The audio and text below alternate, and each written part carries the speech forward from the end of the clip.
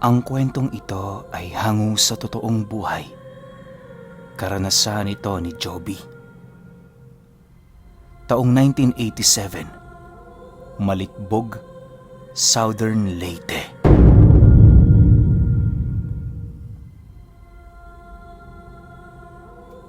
Itong mga panahong ito, kasalukuyang naghahanda ang pamilya ni Joby para sa paparating na bagyo. Lahat ng kanilang mapapakinabangang gamit ay isinisilid na nila sa mga sako nang sa gayoy magawa nila itong madala sa kanilang paglikas. Dahil sa hindi naman malayo sa kanilang lugar ang baryo, kung kaya't kampante naman sila na magagawa nilang makapunta roon bago pa man sumapit ang takip silim. Habang hindi pa lumalakas ang hangin, dahan-dahan nang umusad ang pamilya ni Joby.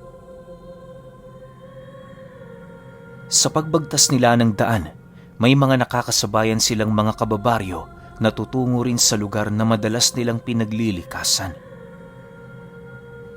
Makalipas lamang ang ilang minutong paglalakad, narating na nga nila ang lugar na yon na kung saan tumambad sa kanila ang napakaraming taong naghihintay sa paghupa ng unos. Bagaman marami sila doong kakilala, nagpasya si Joby na lumayo sa mga ito hanggat maaari. Hindi niya alam pero pakiramdam niya merong magaganap na pangyayari sa lugar na pinaglilikasan nila. Sa paglalim ng gabi, habang nagpapahinga silang mag-anak, panay naman ang kanyang pagmamasid sa paligid. Hindi niya hinayaang may humiwalay sa kanila kahit yung pinakamatanda sa mga anak niya. Ang lugar na kinaroroonan noon nila Joby, isang silid ng paaralan. 3 silang pamilya ang naghati-hati sa silid na yon para lamang magpalipas ng unos. Sa unang bahagi nito, 3 pamilya ulit ang nakikisilong. Halos humigit 15 pamilya ang nakikisilong sa paaralang yon dahil sa lakas ng bagyong pumasok sa kanilang lugar. Kahit ligtas naman ang kani-kanilang mga silid, minabuti ni Joby na ikandado ang bawat pintong maaaring daanan ng ibang tao habang nasa kasagsagan sila ng pagpapahinga. Inabisuhan rin niya ang mga padre de pamilya ng mga kasama nila na sumama sa kanya na magbantay buong magdamag. Bagaman nagtataka ang mga ito sa kanyang inaasal, minabuti ng mga itong makisama na lang sa kanya. Sa pagpatak ng 9:00 ng gabi, napakalakas na ng hangin sa labas ng kanilang silid. Sila Joby noon, maiging nagbabantay sa gilid ng pinto kahit papikit-pikit na ang kanilang mga mata dahil sa puyat. Yung isa niyang kasama noon, hindi na nakapagpigil kaya kusa na itong bumalik sa pwesto ng kanyang mag-iina.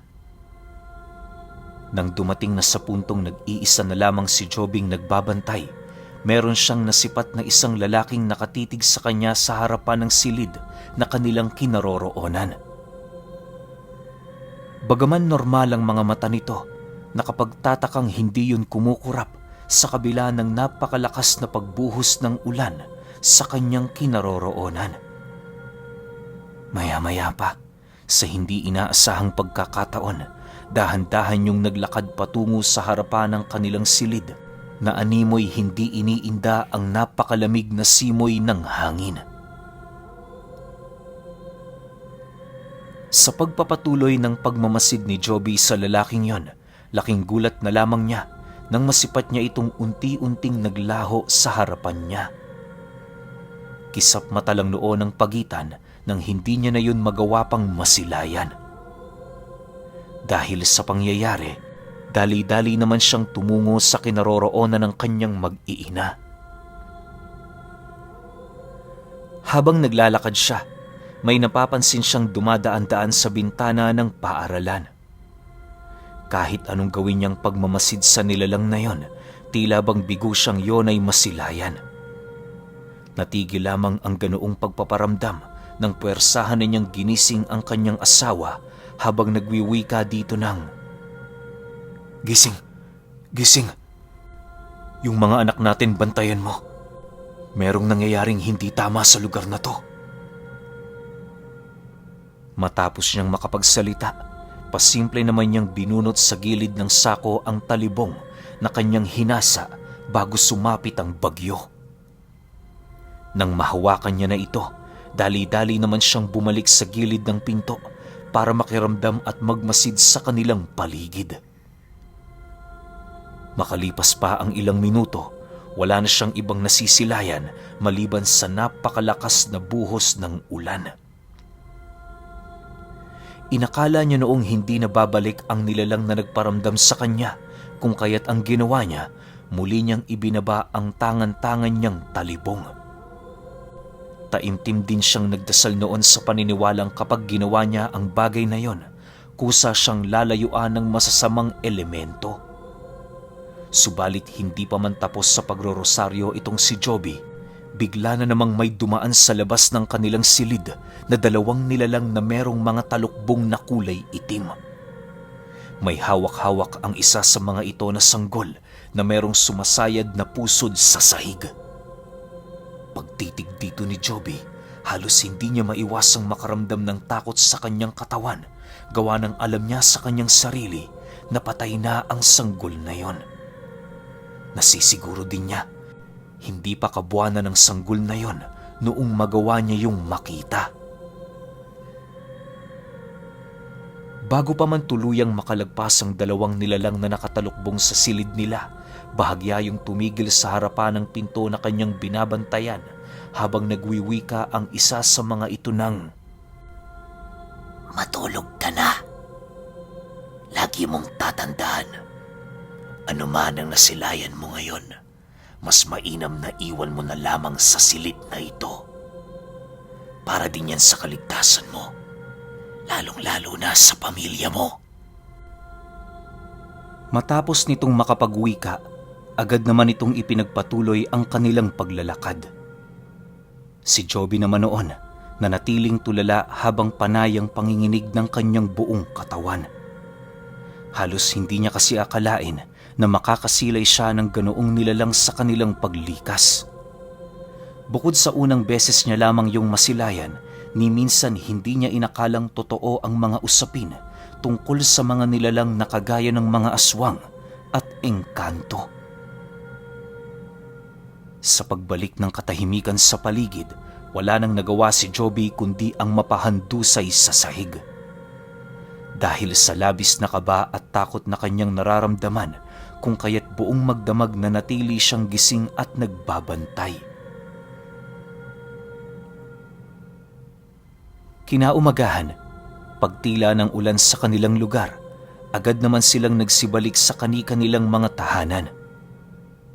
Habang binabagtas nila noon ang daan, labis-labis naman ang pagtataka ng kanyang asawa sa kanya, gawa ng magmula noong umalis sila sa paaralan, palagi na siyang tulala at halos hindi makausap ng maayos.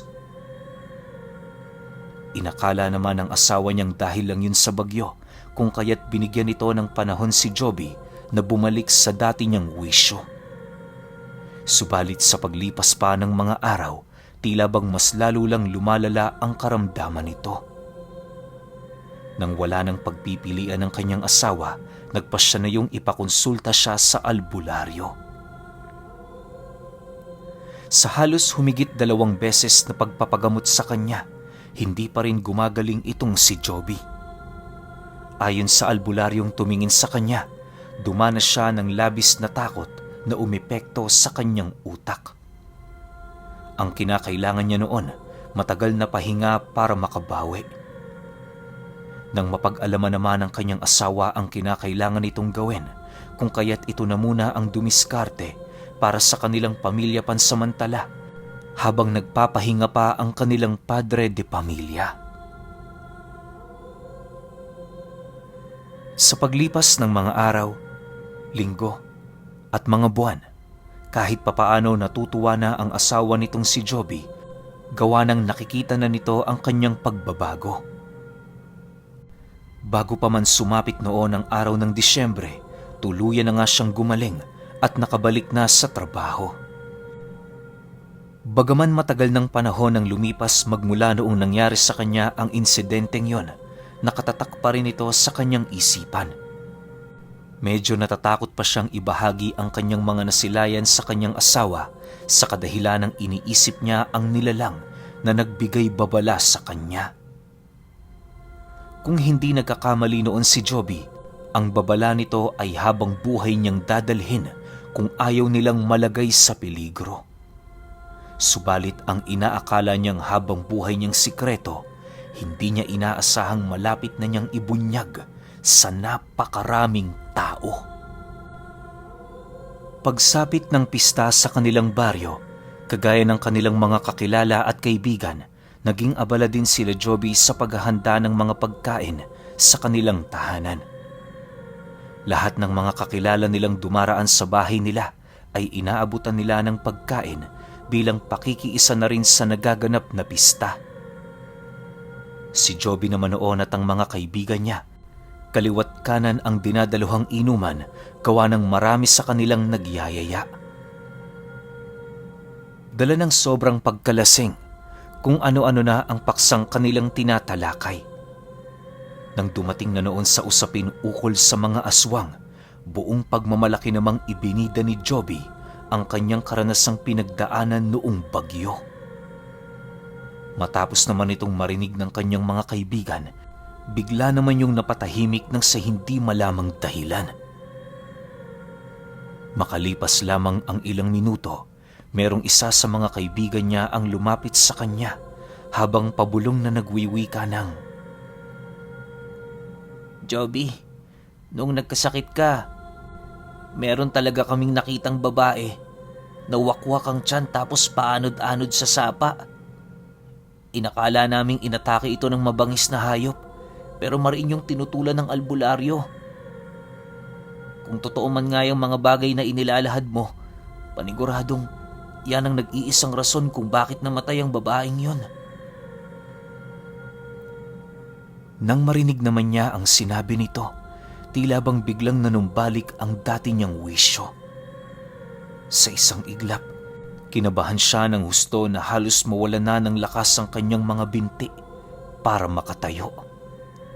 Kalahating oras din siyang pinaypaya ng kanyang mga kaibigan, gawa ng nasisipat ng mga ito ang labis niyang panghihina at pamumutla. Habang nagpapahinga noon si Joby, nanatili naman siyang tulala, gawa ng muli na namang nanumbalik ang takot na minsan niyang ibinaon sa limot.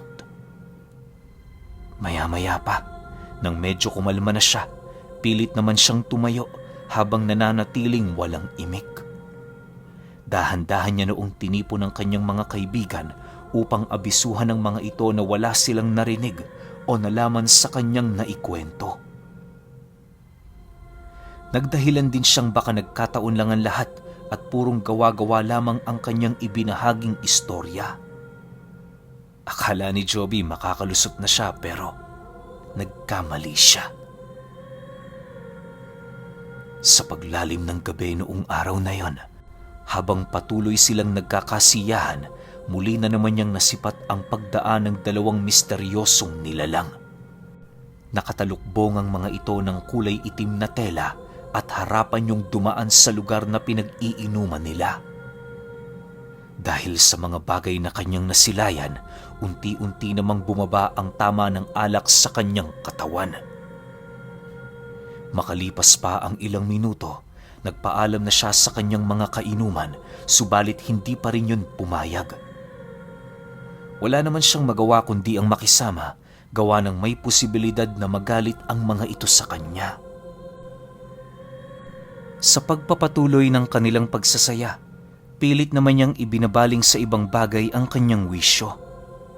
May mga pagkakataon din noong nakikipagbiroan na siya pero hindi niya pa rin malimot-limot ang tungkol sa dumaang dalawang misteryosong nilalang.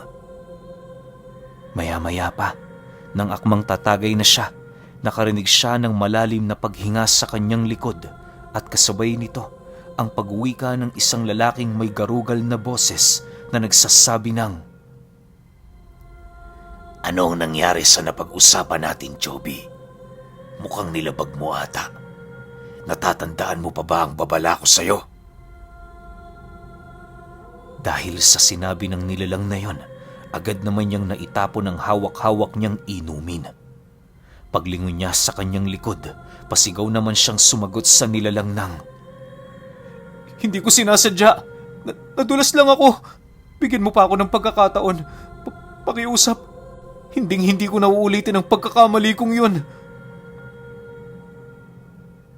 Matapos niyang makapagwika, agad naman siyang kumaripas ng takbo patungo sa loob ng bahay ng kanyang kaibigan.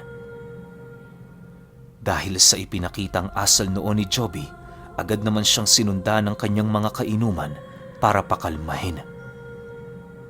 Nang matagpuan siya nito sa sulok ng bahay, dali-dali naman siya nitong hinila pasala habang patuloy na tinatanong kung ano ba ang nangyayari sa kanya. Ngunit dahil sa pangingibabaw ng takot sa katawan niya, wala naman siyang ibang naisagot kundi ang sumigaw ng sumigaw habang patuloy na nagmamakaawa. Dahil sa pangyayaring yon, pinagtulungan si Joby ng kanyang mga kainuman para pakalmahin.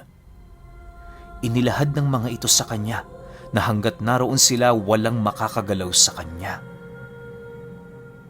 Upang hindi na mas lalo pang lumala ang nararamdaman niyang takot sa katawan, sinigurado ng kaibigan niyang may-ari ng bahay na sarado ang lahat ng daang maaaring pasukan ng mga nilalang na hindi nila nasisilayan.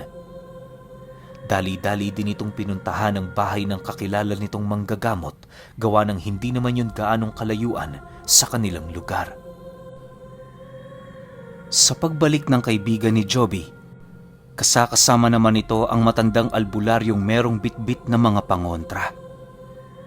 Habang naglalakad yun papaloob ng bahay, pabalik-balik yun sa pag-ihip ng mga buhay na kataga, indikasyong meron din yung nararamdamang kakaiba. Pagsilay nito sa kinaroroonan ni Joby, dali-dali naman niya yung nilapitan upang ihipan ng usal sa bumpunan. Matapos itong gawin ng matanda, agad naman niya yung pinatayo habang pilit itong tinatanong kung ilan ang mga nilalang na nagpakita sa kanya noong gabing yon. Kahit natatakot pa noon si Joby, inilahad niya sa manggagamot ang tungkol roon sa paniniwalang yun lamang ang makakatulong sa kanya. Matapos itong mapag-alaman ng albularyo, inabisuhan nito ang mga kasama niyang naroon sa sala na manahimik. Pinatahimik niya yon upang magawa nilang mapakiramdaman ng buong paligid. Inilahad din ng albularyo sa kanila, hindi basta-bastang nararamdaman ng mga nilalang na yon kung patuloy silang mag-iingay. Nang marinig naman ito ng kanyang mga kaibigan, paisa-isa naman yung nakiramdam kung meron bang ibang nilalang bukod sa kanila ang naroon sa bahay ng kanilang kaibigan. Lumipas pa ang kalahating oras, patuloy namang nangingibabaw ang katahimikan sa paligid. Wala silang ibang naririnig noon kundi ang kanilang mga paghinga at ang malakas na simoy ng hangin sa labas ng bahay na kinaroroonan nila. Sa pagpatak ng alas 11:30 ng gabi, dahan-dahan namang nagbago ang paligid. Sa hindi inaasahang pagkakataon, narinig nilang nag-alulong ang alagang aso ng kanilang kaibigan sa bahay na yon at kasabay nito ang pag-amoy nila ng napakabahong amoy sa paligid. Nag-umpisa na ding makarinig sila ng mga kakaibang kaluskos sa dingding ng tahanang yon na animoy meron doong nilalang na pilit gumagawa ng daan para pumasok. Dahil sa ganoong kaganapan, agad namang nagpakalat ng dasalang albularyo sa loob ng bahay. Inabisuhan din ito ang mga kasama niyang protektahan si Joby, gawa ng nasisiguro niya na yon ang nag-iisang pakay ng mga aswang. Maya-maya pa, pagrinig niyang merong kumalampag sa bubong ng bahay, hindi na siya nagdalawang isip pang yon ay batuhin ng mga buhay na salita ng San Benito. Pagpakawala ng albularyo sa mga usal na yon, bigla nilang naramdaman ang pagbagsak ng nilalang sa bakuran at ang mabilisan nitong pagkaripas ng takbo papalayo.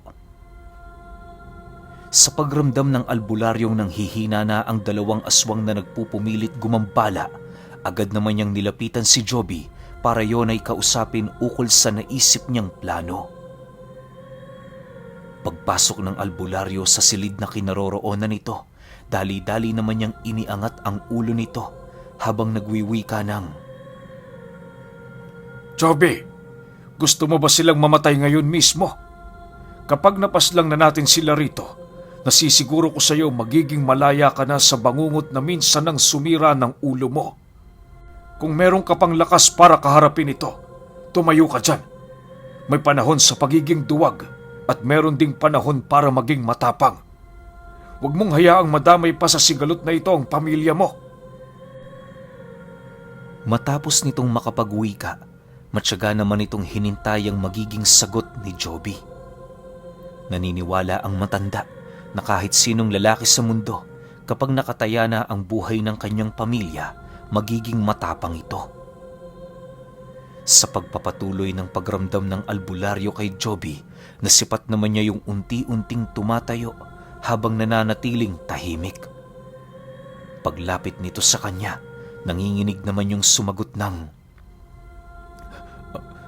Ano ho bang maaari kong maitulong? Sabihin niyo lang, lahat gagawin ko para sa pamilya ko. Dahil sa sinabi nito, tanging pagngiti lang naman ang nagawa ng albularyo habang nananatiling walang imik. Makalipas lamang ang ilang minuto, inabutan siya nito ng isang maliit na patpat habang nagwiwika ng, Ikaw ang gagawin kong pain para mapalapit natin sila rito. Huwag kang mag-alala, iho. Lahat gagawin ko upang hindi malagay sa alanganin ang buhay mo. Magtiwala ka. Magiging maayos din ang lahat. Bagaman may takot pang nararamdaman itong si Joby, pilit siyang nag-ipon ng lakas sa kanyang katawan, alang-alang sa kanyang asawa at mga anak na naghihintay sa kanyang pag-uwi. Maya-maya pa, nang maramdaman na ng albularyong handa na siya, dahan-dahan naman siya nitong ginabayan papalabas ng bahay. Mag-isa nitong pinalabas si Joby sa bahay na yon, alinsunod sa naisip nitong plano. Habang binabagtas ni Joby ang daan, halos manginig naman ang kanyang buong katawan dahil sa takot na kanyang nararamdaman. Makalipas pa ang ilang minuto, hindi pa man siya nakakalayo sa bakuran ng bahay na yon, muli niyang nasipat ang dalawang nilalang na nanlilisik ang mga matang nakatitig sa kanya. Walang patid din ang paglalaway nito at halos mapaihina siya sa takot nang masipat niyang nakabaon sa katawan ng puno ang matatalas nitong mga kuko. Sa isang iglap, biglang lumundag ng napakataas ang mga nilalang na yon at kasabay nito ang paglapag nito sa kanyang harapan. Nag-aangil yung tumatayo na parabang gustong-gusto na siya nitong patayin. Pagtaas ng ulo ng aswang na yon, tanging pag-upo na lamang sa lupa ang nagawa ni Joby, gawa ng wala ng lakas ang kanyang mga binti para manatiling nakatayo. Nang masipat niyang papasunggab na ito sa kanya, wala na siyang nagawa kundi ang mapapikit habang iniisip ang plano ng albularyo.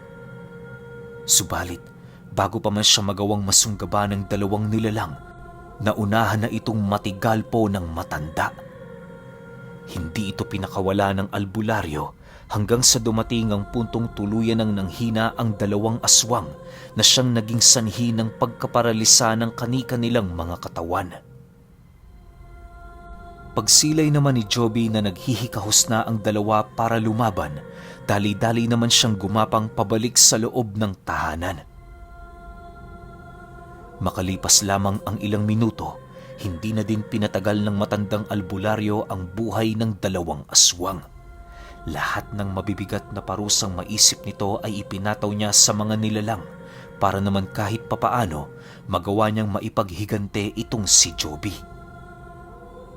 Pagsilay ng albularyong patay na ang mga ito, agad naman niya yung hinila patungo sa talahiban upang doon na yun ilibing.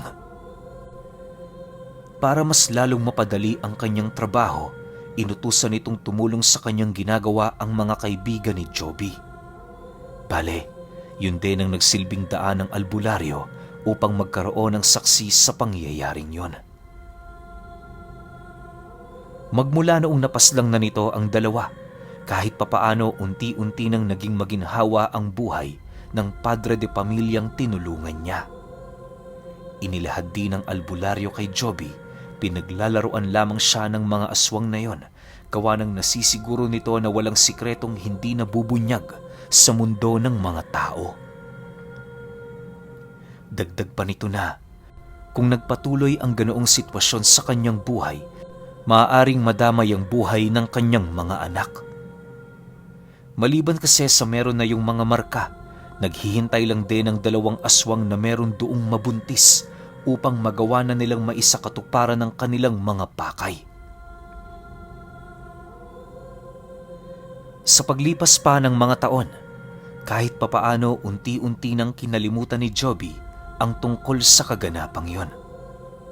Namuhay na din sila ng maayos, malayo sa mga aswang at sa mga kaganapang matagal na niyang ibinaon sa kanyang isipan.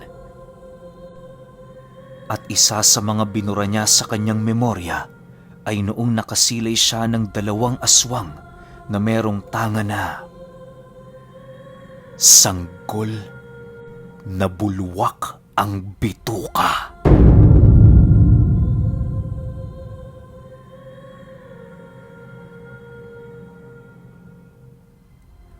Okay, opinyon ko sa kwento. Medyo nakakadiri, no? Tsaka sobrang brutal naman ang kwento na to. Isipin ninyo, kawawa naman yung sanggol, di ba? Ang sabi pa nga sa kwento, parang hindi pa nung kabuhanan tapos kinuha na nung 2 impacto. Alam nyo, para sa akin, tama lang yung ginawa ng albularyo sa kanila. Dapat nga, mas pinahirapan pa yon, di ba? Yung tipong ibibilad sa araw, yung tutusok-tusukin, tas uunti-unting patayin. Kasi pinag-uusapan natin dito, sanggol to eh. Wala pang muwang sa mundo tapos kukunan na nila ng buhay. Diba, grabe lang talaga yung mga ganitong panahon. Buti na lang, yung iba sa atin, di na inabot yung ganito. Paano kung tayo nasa sitwasyon ni Joby? Kayo, kukwento nyo ba yung naranasan nyo na nagkaroon ng ganong banta? Wala naman kayong alam pagdating sa mga lihim na karunungan eh. Pagpalagay nyo lang meron kayong konting alam, isusugal nyo ba yung buhay nyo o ng pamilya ninyo? Medyo nakakainis lang talaga yung kwento kapag may mga nangyayari, lalo na sa mga sanggol pa. Kasi yun nga, wala pang muwang yun, kawawa naman. Pero kayo, kung may opinyon kayo sa kwentong ito, comment nyo lang sa baba. Yun lang, hanggang sa susunod na kwento. Salamat.